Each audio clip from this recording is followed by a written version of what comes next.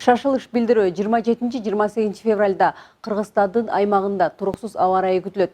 Көпчүлүк аймактарда мезгил менен жаан жаап, карга айланышы, тоолуу райондордо кар жаашы күтүлөт.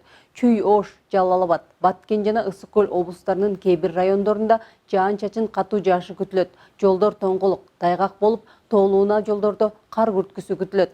Батыштан соккон шамалдын ылдамдыгы секундасына 4-9 метрден, кээ бир райондордо 17-22 метрге чейин жетип, абанын температурасы төмөндөшү күтүлөт. Мындай туруксуз аба ырайы энергетика жана коммуналдык кызматтардын ишин кыйындатат. Катуу жаан-чачын жааган убакта автоунаа жолдордо көрүү аралыгы төмөндөп, автоунаалардын кыймылдоосун кыйындатат.